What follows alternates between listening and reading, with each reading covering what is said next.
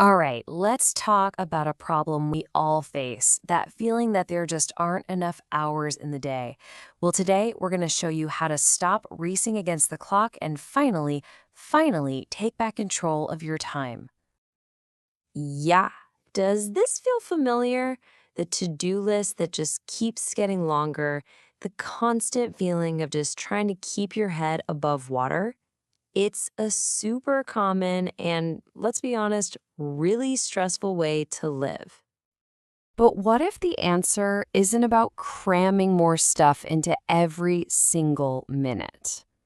The real secret to managing your time isn't about working harder at all. It's about working smarter.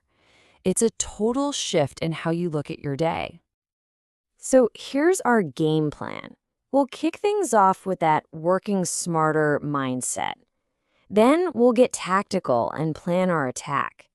We're going to cover a super powerful tool called the priority matrix, talk about building up your defenses against distractions, and then wrap up by looking at the real goal here: balance.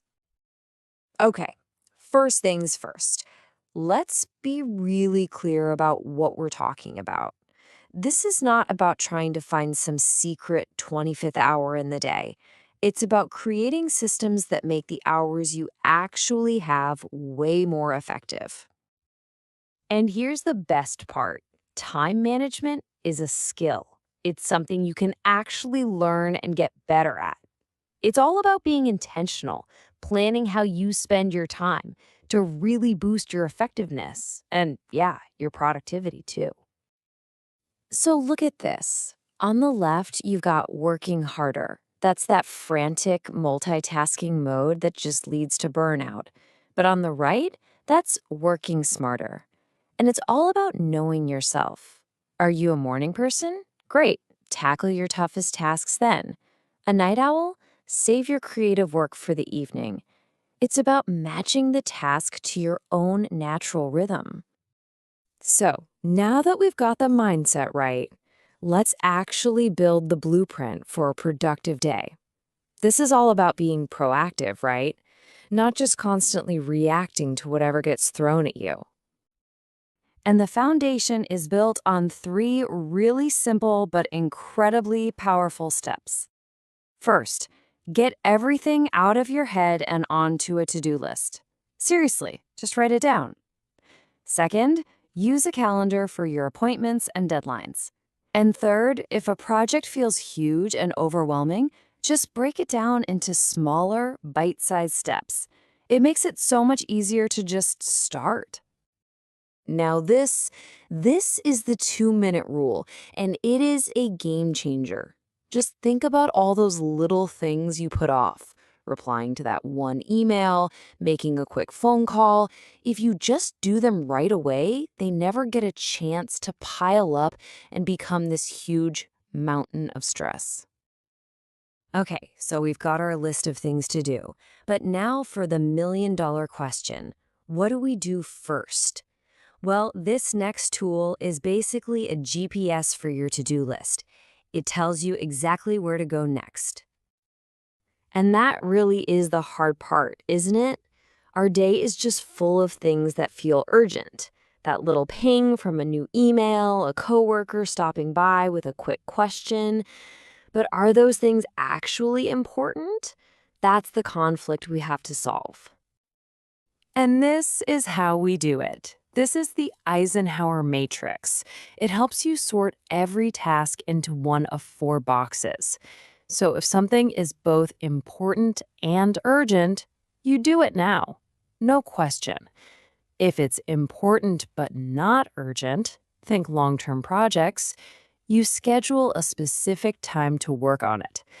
If it's urgent but not important, see who you can delegate it to.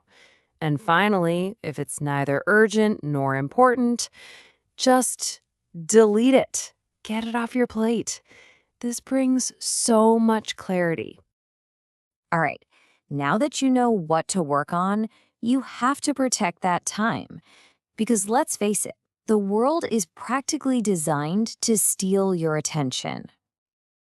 And here they are, the usual suspects: The endless scroll on social media, the constant pop-ups from your email, the buzzing from your phone, these are the enemies of deep, focused work.